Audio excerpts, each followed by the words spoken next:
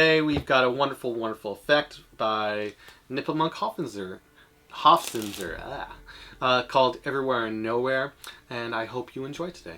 So, cards can start shuffled, but it won't matter as we're not going to have a card selected per se, but just named. So they got a free selection of any card, and let's say the spectator names the King of Diamonds. I say you don't want any of the other ones, any of their choices, and they go, you know what, I'm going to go for the Ten of Hearts. And I say, okay, you really want Ten of Hearts? Okay, we'll use Ten of Hearts. So I show it to them, and of all the other choices, but you have a wonderful, wonderful choice of 10 hearts. And we'll come back to in a second. I first want to show you a couple of their cards that are going to help you with this magical effect. Okay? They are the Ace of Spades. Whoop. The Ace of Spades, which is wonderful because it's a wonderful card. I just love it. And popular card to be named. And then we also got the King of Hearts, Four Hearts, and the Nine of Diamonds.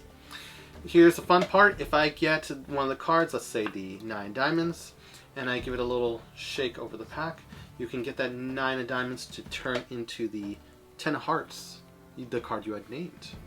And the magic doesn't end there. We can get the second card to appear as the 10 of hearts. The third card to appear as the 10 of hearts. And I mean, seriously, it is just amazing that all of the cards can appear as the 10 of hearts. And I really mean it. You can actually see that all of them appear to be the 10 of hearts. Wonderful. Now we'll actually leave that 10 of hearts right there for a second. We'll leave it right there. Seal it. And believe it or not, all I have to do is just give it a little wave to get that illusion to break. And you'll actually see that all the cards are back. And I mean really, all the cards are back to the way as they should be. Now, they didn't just magically, the 10 hearts didn't just magically go. You can actually see that one card has actually traveled to my back pocket. Oh wait, there's a couple. Oh, it's all the previous selections. That must mean the 10 of hearts must be in my hand, just like that. I thank you and hope you enjoyed it. So I hope you enjoyed the performance of my take on the Everywhere and Nowhere plot. And it's kind of funny, if I'm allowed to just do a mini rant for a second. John Armstrong was kind of the one who popularized it again on accident in his Armstrong Magic DVD series. He just says this is a little mini trick that isn't a trick, because he was trying to make it, build up time for his business card effect. And he did this little trick using, instead 3 cards instead of 4. And I remember the week after at the junior meeting, everyone was doing Everywhere and Nowhere, the exact handling John Armstrong was, which was pretty hilarious. You show one little commercial trick and soon everyone at the castle was doing it, which was quite funny. And my take, it just has a little more additional, it has the addition of 1 card to it, and it has a little bit of a bonus ending to it that really gives that to the effect. So, and also there's no card selected, you just name one, which adds to the whole premise of it, makes it nice. So the cards can be shuffled, okay, and then they're spread on the table.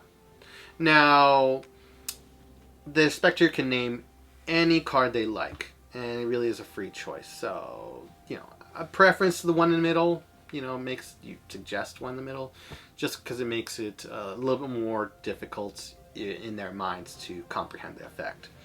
So let's say they name something simple, the Ace of Hearts. Okay? And I'll move this Ace of Spades out so we don't get confused with them. So, Ace of Hearts, okay. And you can control, after showing it, you say to control the card in context. We first show them the Ace of Hearts again, we spread it again. You sure you want the 6 of clubs, King of Diamonds, Queen of Diamonds, 3 diamonds? You really want the Ace of Hearts? It's a Spanish subtlety that you see Denny de Ortiz, and I believe Juan Tamariz does it. There's a couple Spanish magicians that do it. They say, oh, you sure you want? Okay, I don't care. It's a funny thing. But by re-examining it and then showing it again, allows us to be in perfect position to control the card if you want to the top. or in this case, for the context of our card trick, we control to 5th from the top.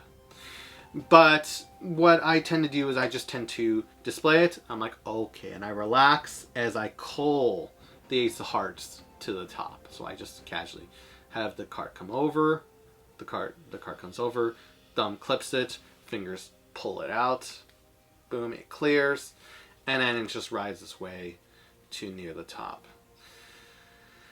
And then there you go. That's the basic culling. It's not Coltsia's Roadrunner cull. Don't worry, because I really respect Coltsia stuff. If you want to learn like how to really cull, buy Coltsia Kimlot's DVD. It's a wonderful, wonderful DVD. Not sponsored. So we control it. So we let it ride to 5th from the top. And I just let it ride, and it comes to 5th from the top. I don't display it. I'm just showing for explanation purposes how I got to 5th from the top. So, in actuality, let me just show you real fast in actuality. Ace of Hearts, you sure you want the Ace of Hearts? They go, yes.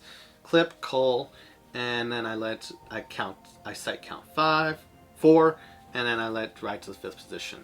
So I've got it at the 5th card from the top. So now, what we do is we then turn over the top 4 cards, and we stress how we're going to use these cards in a bit. And as we turn it over, so as we turn over the top 4 cards, we push off the 5th one, but we don't turn over the 5th one. We get a break underneath as we turn the top 4 over. So we're getting one ahead in a way. So then we are then going to show the cards. We can then take the entire deck in the hand, middle finger and thumb right here. And we're holding this break separation with the 5 cards with the secret one added, and the 4 cards above, and the rest of the deck. Then we set the deck down, we lift up this packet, and now we've got the secret card, Ace of Hearts, and the 4 cards on top. And then now you, in the perfect context to hide is, I want to show you these 4 cards, what they are. And then your thumb can pull off and turn over the 9 of spades. You show them the 9 of spades. Okay. And then and that's just to cover the Ace of Hearts, so you're good there.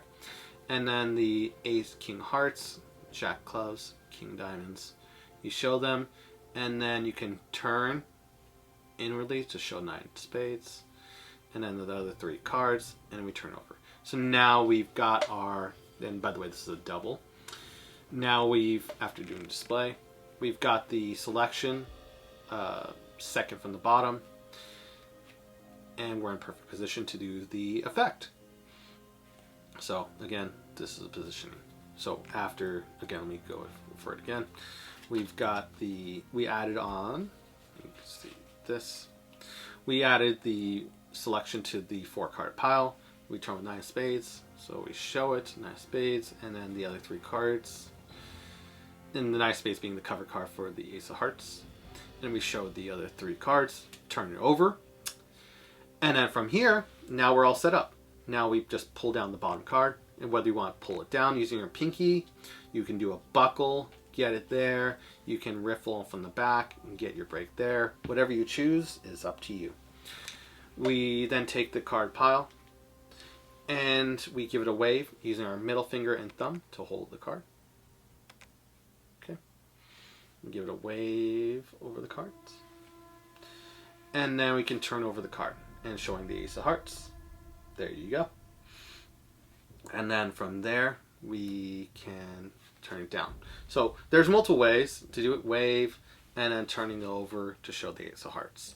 There's more fancier methods. In my performance, I did oh my gosh, I'm blanking on this one.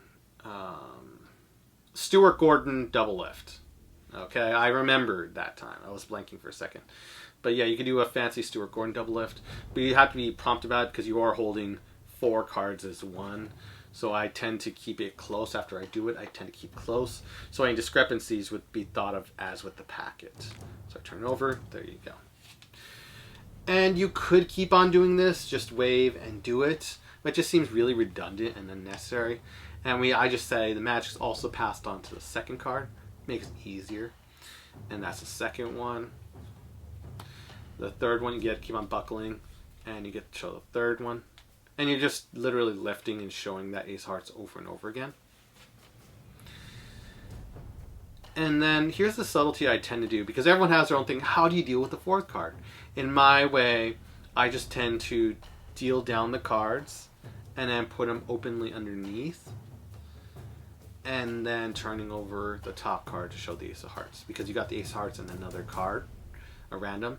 And how do you deal with it? Multiple people have different answers. Aaron Fisher has an answer, Larry Jennings, probably Edward Marlowe most likely. Everyone has an answer, their own way. But, you know, for me, Paul Harris, in Paul Harris's version, this was kind of inspired by Paul Harris version. So let me go back, if I may. So I do the magical lifting sequence, show 1, 2, 3. And this Paul Harris was the Paul Harris gesture that I saw in his effect. He did for a Royal Flush effect. It was in his book Superman card, or Superpower Card Magic. It was one of his little booklets. It was a great booklet. It was one of my favorites. And after he deals it, then he takes his double and deals it to the table and then turns it over, which in no way really seems logical. If you're really going to clean up for the effect, or really do it, it would make more sense that after you deal this card to the table, you pick them all up, take them openly to the bottom, very slowly and fairly, and then turn over the top card and show the Ace of Hearts there. It just makes more sense to me to clean up for the effect. People would logically go, oh, he's just cleaning up for the effect. Now from here, we take these Ace of Hearts, first finger, second finger, thumb, take it to the bottom. So again, take it to the bottom. And now we do the frustration count, which I said I would cover, well, not really cover, but I would use in this video. So I display it, that's 1, thumb off. As I covered the explanation in a previous video on how to do this. And we just do, or rather, our left in a double lift position, and with the other cards already set. So we turn this double down, the Ace of Hearts, now Ace of Hearts double, now we set to the table. They presume it's a selection, and we got that position. And from there we can, sorry, the video had cut out earlier. We can set a card box on top.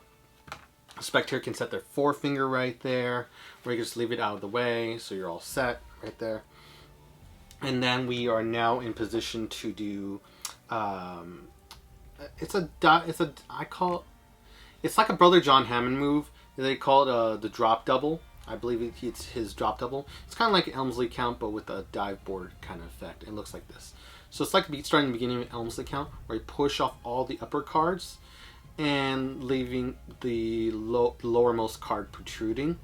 And then we use the bottom card to lever and flip over all the upper cards into the hand right here, into the waiting hand right here.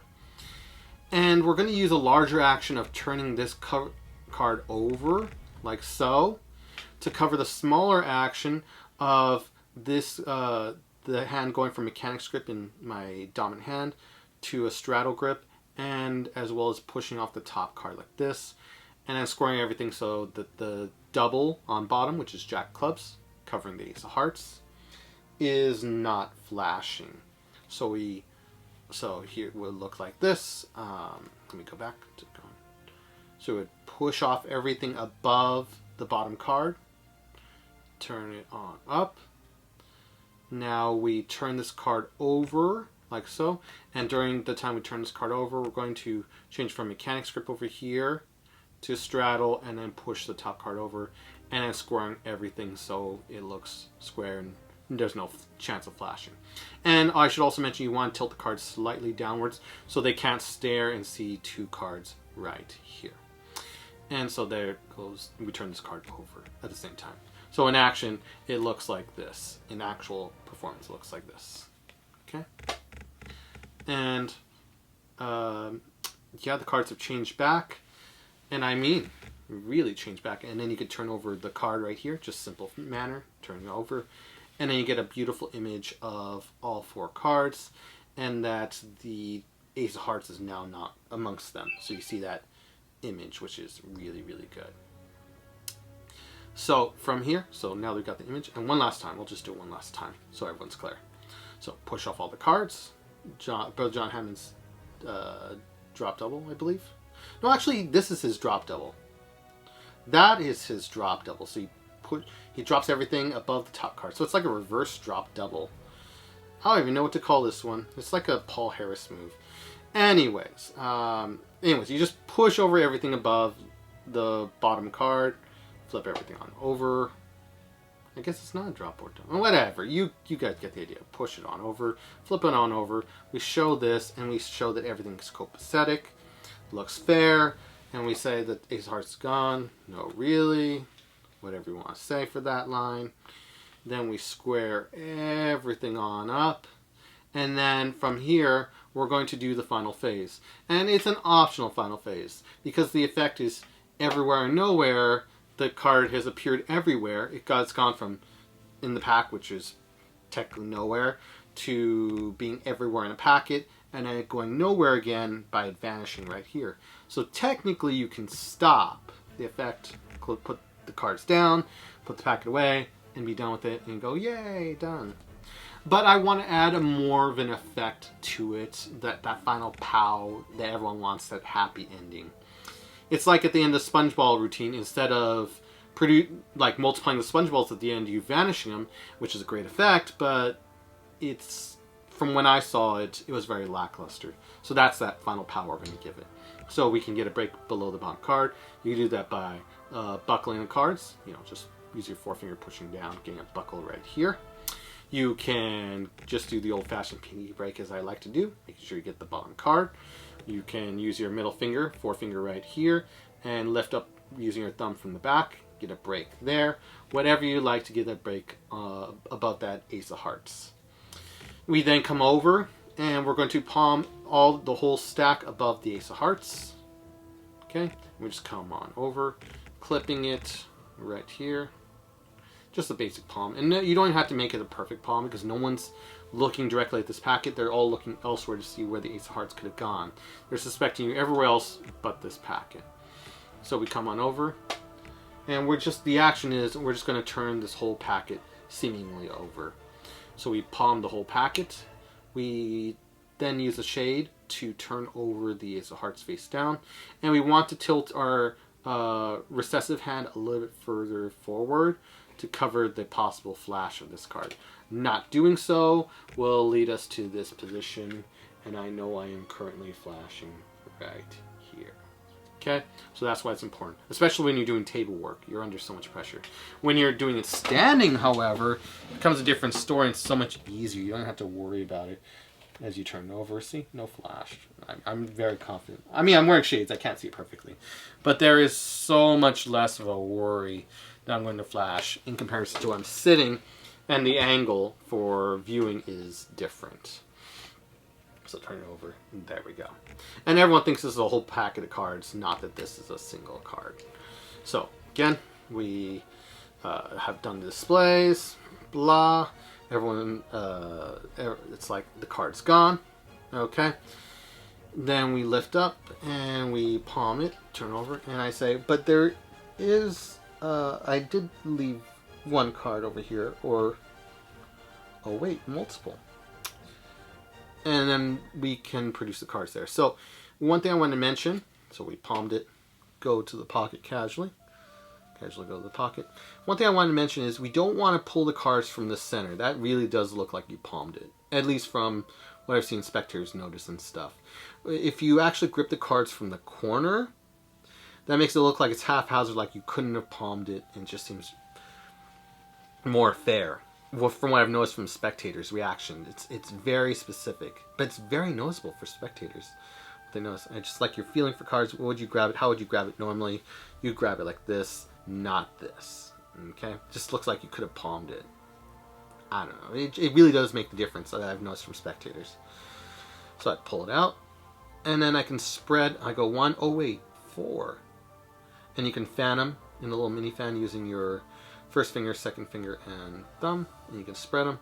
Then you can lay them out one at a time, and you can do a display, and then you give maybe a confused look. Whoa, if that's over there, then that must mean and your Ace of Hearts is over here.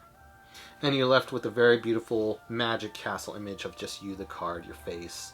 And it's very, very memorable in a magical effect. And it's like, the effect's over, you're left like this, and it's like a happy ending for everyone. And this is important, like just having that identification between the card selection, you doing the magic, and your face is important in the magic castle sense, or from what I've noticed from them. And you're left in a very beautiful image, which is just nice.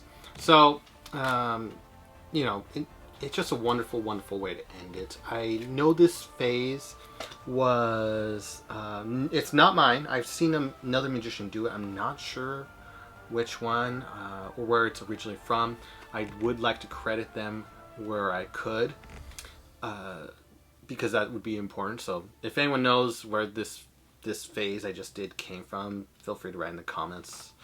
It's just a great, great phase to end out the whole routine and give, you know, a wonderful ending to the Everywhere and Nowhere plot. The cards in a memorable spot, and you know, just my own take on the Everywhere and Nowhere. It was originally very complicated or not very direct, and through time, magicians have improved the effect, and these are just my thoughts and takes on it. So, hope you get some mileage out of it, or pick and take what you like and choose for your own effects. Wishing you a wonderful day, like and subscribe, and see you in the next video.